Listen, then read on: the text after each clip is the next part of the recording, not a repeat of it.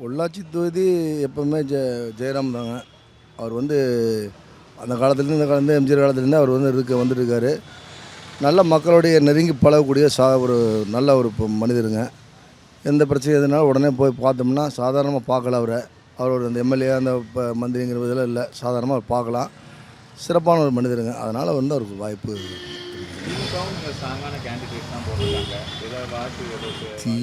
திமுக போட்டுக்கிறாங்கன்னா திமுகவுடைய இன்றைக்கி இந்த 5 ஆண்டு காலமாக நம்ம ஆட்சி அரசியல் நம்ம பார்க்கும்போது உங்களுக்கு 2 வயது குழந்தைலேருந்து பெரியவங்க முதியோர் வரைக்கும் கஞ்சா புழக்கம் ஜாஸ்தி, எதையுமே கட்டுப்படுத்த முடியாத ஒரு அரசாக இருக்குது. அதுதான் திமுக ஒரு பின்னடைவுங்க வச்சுங்களா. பெருசாக ஒன்றும் திமுக அந்த 5 ஆண்டு காலத்தில் பண்ணல. விலைவாசி உயர்வு மிக கடினமாக வந்துருக்கு. பால் விலையிலேருந்து எல்லாமே ஏறிக்குது, வீட்டு வரி ஏறிச்சு, கரண்ட் பில் ஏறிச்சு, இல்லை மாதிரி நிறையா பிரச்சனைலாம் இருக்குது. அப்படின்னு பார்க்கும்போது இவங்களுக்கு அவங்க பரவாயில்லைங்க. அதான் மெயின் விஷயம்.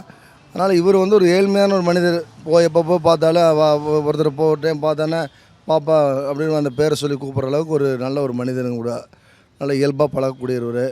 ஒரு பிரச்சனைன்னு கேட்டோம்னா சரி உடனே பார்த்து பண்ணிடுச்சு, உடனே அந்த ஸ்பாட்டுக்கு நின்று அந்த பிரச்சனையை சந்தித்து செஞ்சு உதவக்கூடிய மனிதர்.